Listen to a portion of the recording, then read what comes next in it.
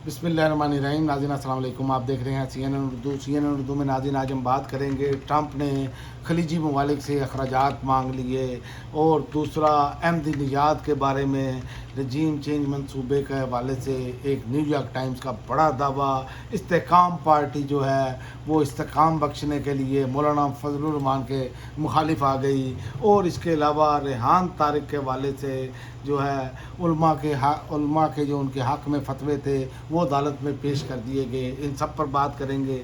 सबसे पहले कि यू टर्न, अब ट्रंप जो है वो पैसा बटोरने के लिए ऐसे लग रहा है कि किसी भी हद तक जाने के लिए तैयार हैं। ट्रंप ने खलीजी ममालिक से ईरान जंग के अखराजात मांग लिए। अमरीकी सदर डोनाल्ड ट्रंप ने खलीजी ममालिक से मुतालबा किया है कि वो आबनाए हुर्मुज़ की हिफाजत और सिक्योरिटी की मद में अमरीका को होने वाले तमाम तर अखराजात अदा करें।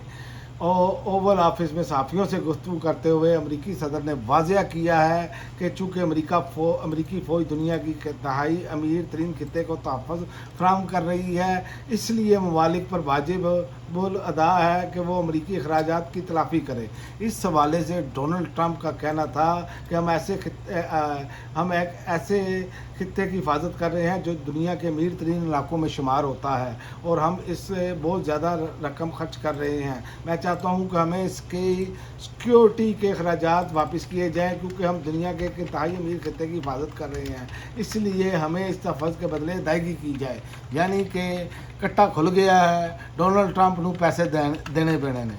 अब जो सूरत हाल है वो डोनाल्ड ट्रंप भी कह रहे हैं मनो नोट वहाँ मेरा मूड बने। और दूसरा, साबिक ईरानी सदर अहमदीनजाद इसराइल के रजीम चेंज मंसूबे का हिस्सा थे। न्यूयॉर्क टाइम्स का दावा। अमरीकी अखबार न्यूयॉर्क टाइम्स ने दावा किया है कि ईरान के साबिक सदर महमूद अहमदीनजाद मुबैना तौर पर इसराइल के रजीम चेंज मंसूबे का हिस्सा थे और इसराइली खुफिया एजेंसी के साथ बाकायदा राब्ते में थे।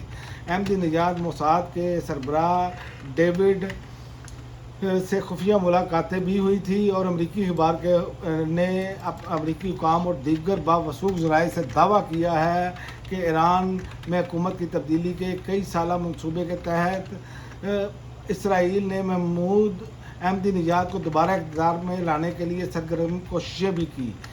ये अब सूरत हाल है, और अहमदीनजाद ने इसकी तरदीद की है कि शायद वैसे तो हुकूमत तब्दील नहीं की गई, तो ऐसे लग रहा है कि जैसे अब ये चीज़ें चला कर ईरान के अंदर कोई ऐसी बदमज़गी पैदा की जाए, कोई ऐसा रजीम का सिलसिला तब्दील करने का मामला किया जाए ताकि अंदर से कोई फूट पड़े। इससे तो यही नज़र आ रहा है।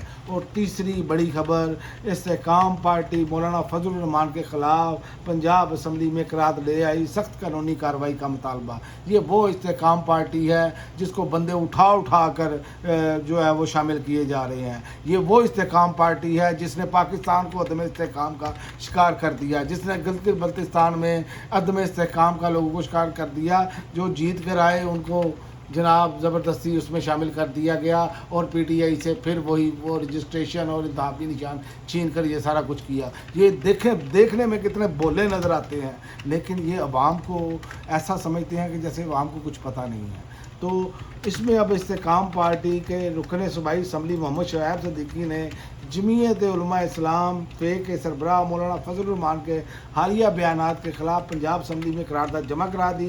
रियासत और पाक फ़ौज के ख़िलाफ़ मुबैना इश्तिहार अंगेज़ बयानात की शदीद मज़म्मत करते हुए हुकूमत पाकिस्तान से मुलव्वस अनासर के ख़िलाफ़ फौरी और सख्त कानूनी कार्रवाई का मुतालबा कर दिया है। ये वो लोग हैं जो अदारों के ख़िलाफ़ बोलने वालों के साथ हुकूमत में बैठे हैं। क्या मुस्लिम लीग नून में ख्वाजा आसिफ साहब नहीं बोले? क्या राना सनाउल्लाह साहब नहीं बोले? क्या मियाँ नवाज शरीफ साहब नहीं बोले? क्या मरियम नवाज साहिबा नहीं बोली? क्या जरदारी साहब ने ईंट से ईंट बजाने की बातें नहीं की?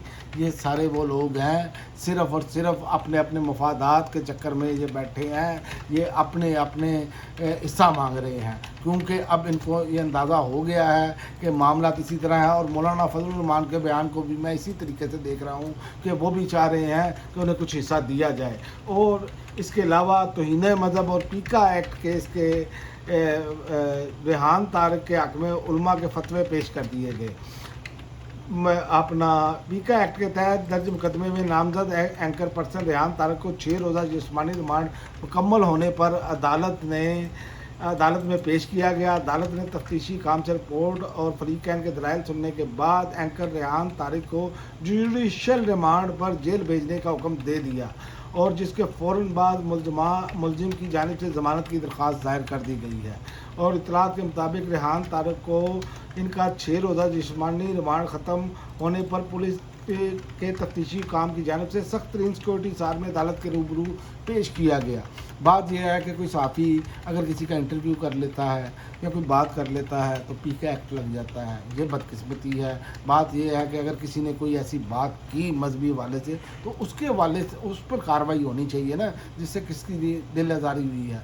लेकिन ये इंटरव्यू करने वाले पर, यानी कि पाकिस्तान में तो साफत अब अल्लाह ही हाफ़िज़ है ना, फिर तो आप समझिए कि पाकिस्तान में नहीं। फिर ये कहते हैं जो बाहर से यूट्यूबर बात कर रहे हैं कि वो जनाब इंतशार फैला रहे हैं। वो जब आप यहाँ पर किसी को कोई बात नहीं करने देंगे तो फिर ऐसे ही होगा ना। तो ये चारों खबरें मिलाकर हम देखें तो ट्रंप जो है वो पैसे के चक्कर में है, और दूसरा न्यूयॉर्क टाइम्स का जो दावा है वो भी इसी तरह नज़र आ रहा है, क्योंकि रजीम चेंज ईरान में हो नहीं सका और अब ये इसको किसी और अंदाज से लेना चाह रहे हैं। और इसी तरह मौलाना फजलुर रहमान के हवाले से इस्तेकाम चाह रही है कि उसे मज़ीद इस्तेकाम बख्शा जाए। देखें, हम अदारों के हक़ में सामने आए हैं, इसके लिए कानून मौजूद है, कानून अपनी कानूनी कार्रवाई होनी चाहिए। लेकिन ये अगर बात PTI ने की होती तो इन्होंने तो जही तही फेर के रख देनी थी। अब इन्होंने मुंह पर काले कपड़े डालकर बंदे जो हैं अदालतों में पेश करने थे। और तीसरा, रेहान तारिक के साथ जो अपना मैं समझता हूँ कि ज़्यादती की जा रही है, क्योंकि देखें इंटरव्यू करना या एक सहाफ़ी का काम है, वो अगर करता है, वो कोई सवाल करता है तो उसका मतलब ये नहीं है कि उस पर पीका एक्ट लगा दिया जाए। उसमें बताए उसने कौन सी ऐसी बात की है, लेकिन चूँकि लोगों को ज़हनी तौर पर परेशान करना मकसूद है और इसके अलावा कोई चीज़ नहीं है। अब तक के लिए नाज़रीन इतना ही, अगली वीडियो तक इजाज़त दें। अल्लाह हाफ़िज़।